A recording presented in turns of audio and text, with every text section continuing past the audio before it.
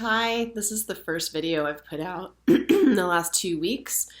Been pretty consistent about putting out 2 a week, and this was really on purpose because I have been struggling with stuff.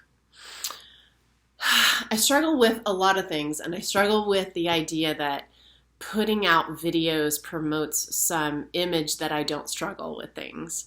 And I think that that is harmful. I think that it's harmful in the same way that social media is harmful, that it's promoting this vision or picture that ultimately somebody has everything figured out, and at the same time that things are figure outable, and that you're supposed to conform to something, or that there's somewhere to get to.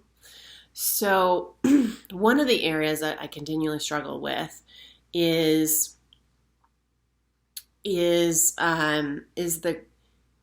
everything around mothering in a way that feels acceptable to my ideas of what motherhood is. And I was thinking so much about this morning. I think about this a lot, actually, because I struggle with it a lot. And I think that the thing I can do on these videos, that besides giving you tips and tricks on things that I feel like I have insight on to give to you, such as raw food. I can do raw food in my sleep, specific things like that. I think, yes, those can be helpful.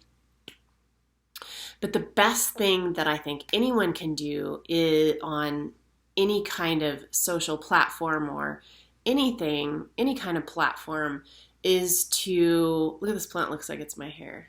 It's actually a plant. Is to really just be here together side by side with you, rather than in some kind of like a teacher role or something like that. The best thing I can do is to hold your hand and tell you what I struggle with also, because we all struggle. And so this topic of motherhood is so fascinating. And people ask me a lot. I get this question so much because I had a son when I was 18 and I had my daughter when I was 47. And they say, they either assume that I'm doing a much better job now and that I was crap before, or they ask me, what's different about it, and what's easier and what's harder. And first of all, I think I did just as good a job parenting my son, if not better in some ways, than I'm doing with my daughter, who I also parent better in some ways than I did my son. It's just a different time in my life. But one thing that is very challenging for me, that I struggle with often with my parenting of my daughter, is that so my son and my daughter are almost 30 years apart. And so with my son, I didn't know myself as well. In ways, I knew the core of myself always.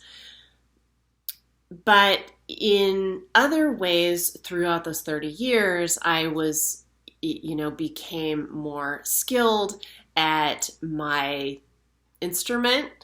For instance, with writing, I became more practiced and skilled and sure of my abilities and able to create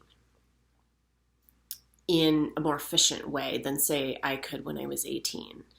So doing that and having 30 years of an ability to work on, things I wanted to work on, particularly in the last 10 years before my daughter was born, because my son obviously was an adult and independent, and for the first time in my life, I lived alone.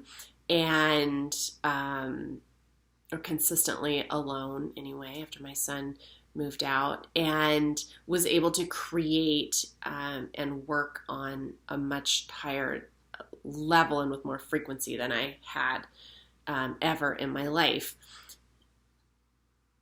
That is on a foundation of also having completed all my schooling, or at least my in-person college schooling. So my mind has gotten used to operating at a certain level, which is a pretty high level of activity. And so, for instance, I always think of this, that so I double majored in college. I double majored in speech pathology and English, with a concentration in poetry, and that is a whole other story. And parented at the same time, also worked. So my MO and my bar for how life should be is there. So parenting my daughter, I'm in a totally different space in my life. I'm not in college. I'm not working. Everything is different. So, but this bar is still up here where things should feel like. And one of the things that's so difficult for me is to come down off of that. And there's been a lot of growth for me around that, a lot of growth around slowing down and knowing that value in life is not around doing, it's around being. And then also kind of swinging back into this realization that of the need that I personally have to create, and in particular, write. And if I don't have time to do that, that I sort of start crawling out of my skin and becoming insane, basically. And you wouldn't know it from the outside probably, but on the inside, it really does feel like I want to peel my skin off. And it's very painful. And for my daughter's 3.5, for 3.5 years, I have struggled with that. And I have worked to redefine what being a mother means, and what kind of mother I want to be, and what kind of mother I am, and who I am as a person, and who I want my daughter to be, and what I want to model for her. All of these things are constantly washing through my consciousness, right? About what I'm doing and how I'm doing it, and internally how I'm experiencing that, and externally what I'm modeling for her, and what kind of life I'm living on the outside of my skin. So just so you know, if you're someone who struggles on any level with any of this, that it's a thing. And the term cult of motherhood came into my brain this morning.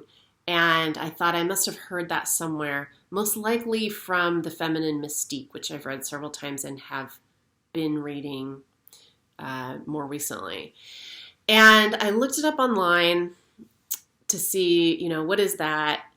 And came upon all of this stuff. So, which is normally what happens when I think of something, I'm like, this is so interesting. And then I look at it and there's this entire body of work around it already. And which is awesome because I can dive into that and really look at, other people's experiences and reflect on all of that. And also it's like, oh, I thought this was my thing.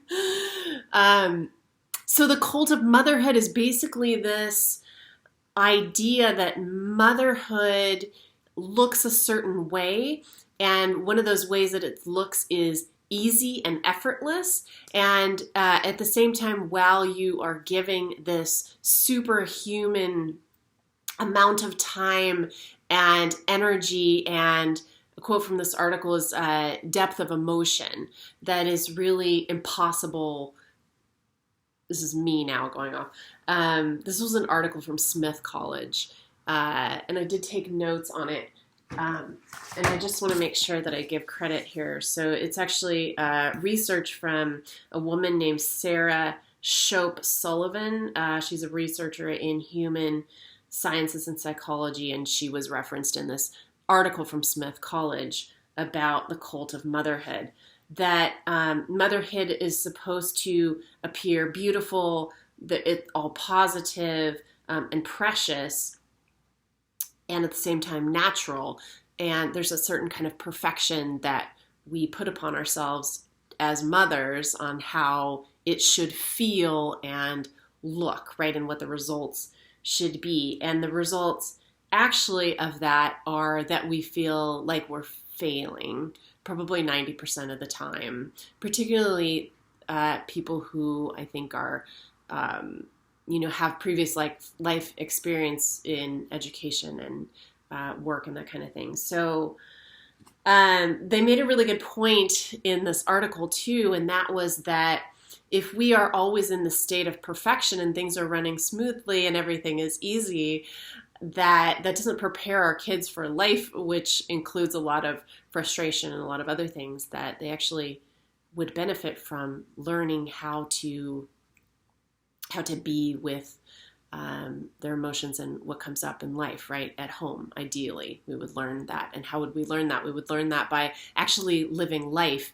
And there was another point that is so obvious that often I think doesn't get seen, and I know it doesn't get seen by me, and that is that motherhood is a human relationship. It's a human relationship with another human, and that is about being human. It's not about being perfect, and this cult of motherhood is about looking perfect. And I think something that's so interesting is, for instance, I follow a vlogger, Emily Norris. I don't watch her stuff much anymore, but I did a lot when I was pregnant. I did a lot when Vivi was teeny.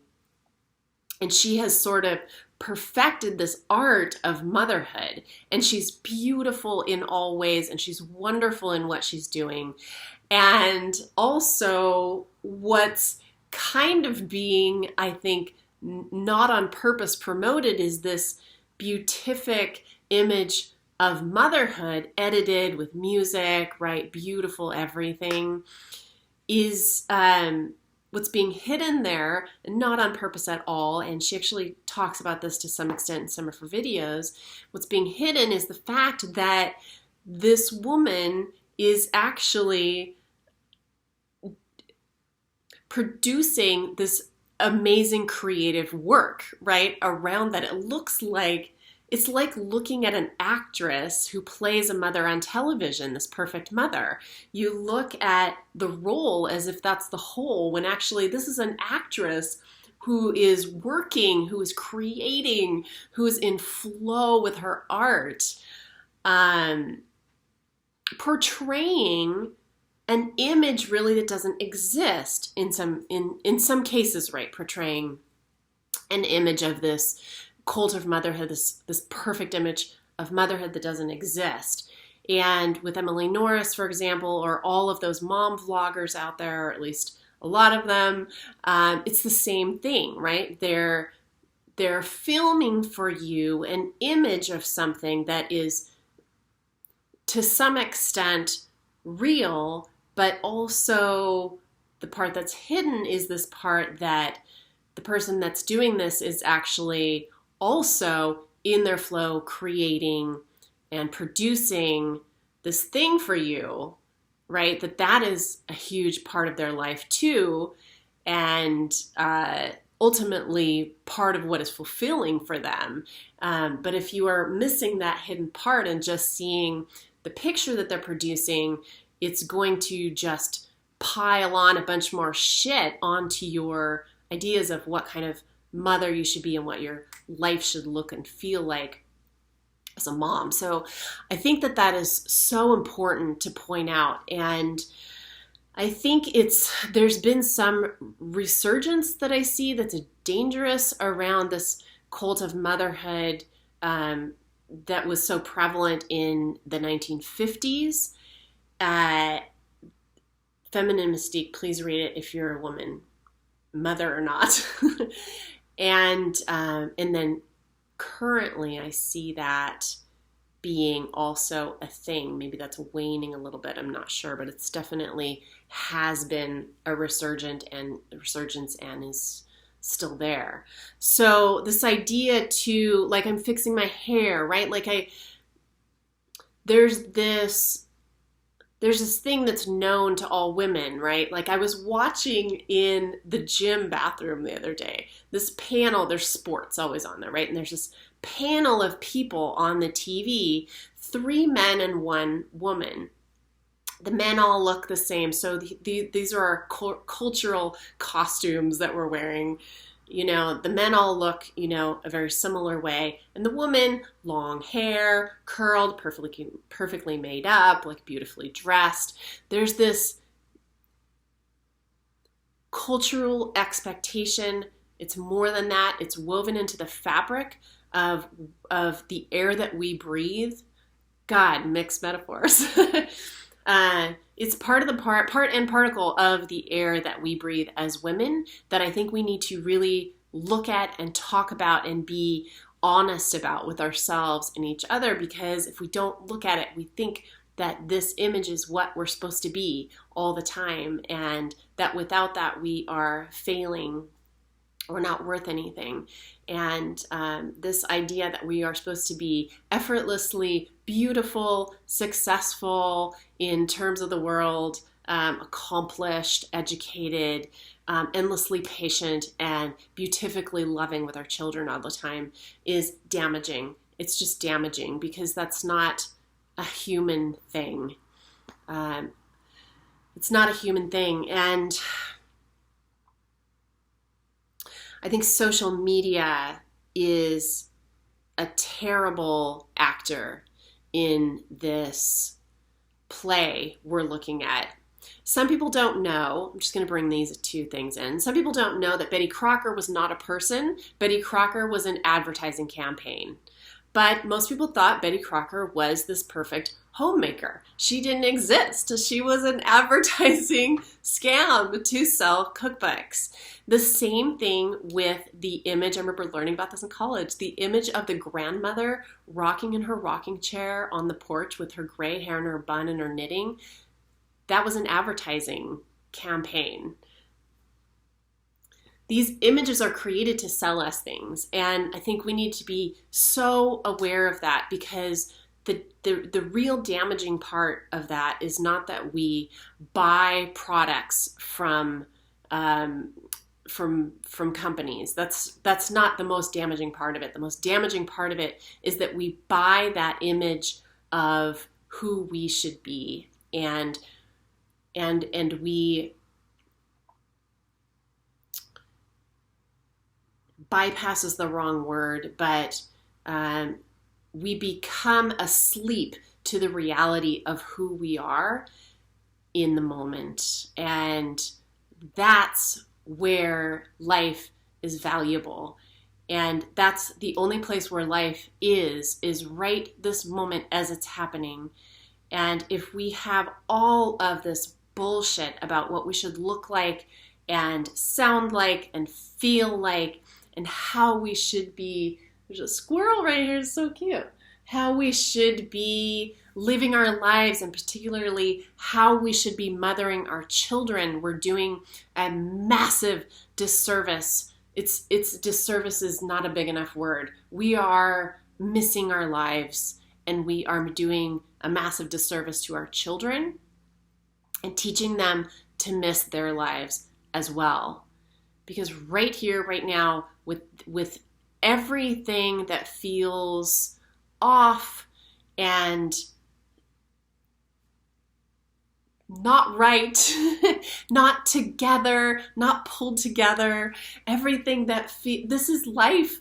This is life. And the importance of just freeing ourselves from these stupid conventions that sell us things, that make us feel less than, that cause us to have these judgments on ourselves and our lives and how we should be, and cause us to miss the moment and miss our lives, need to be routed out.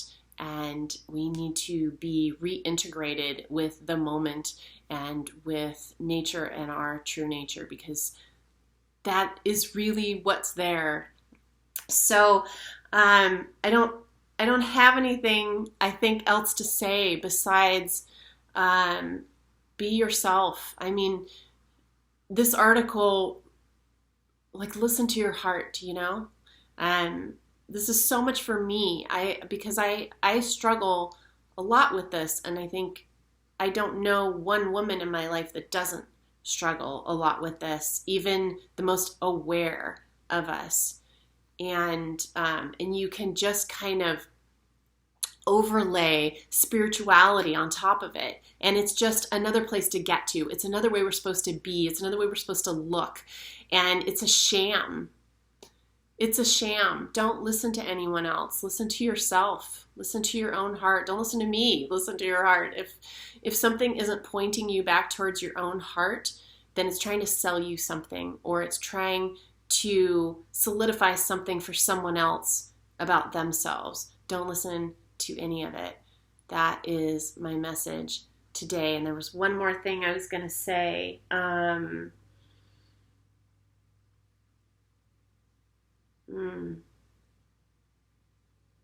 I don't remember what it is. But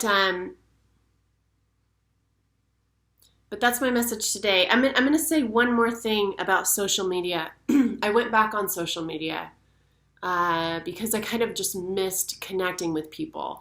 And what I found was, I think social media is super useful as an address book, and that is it.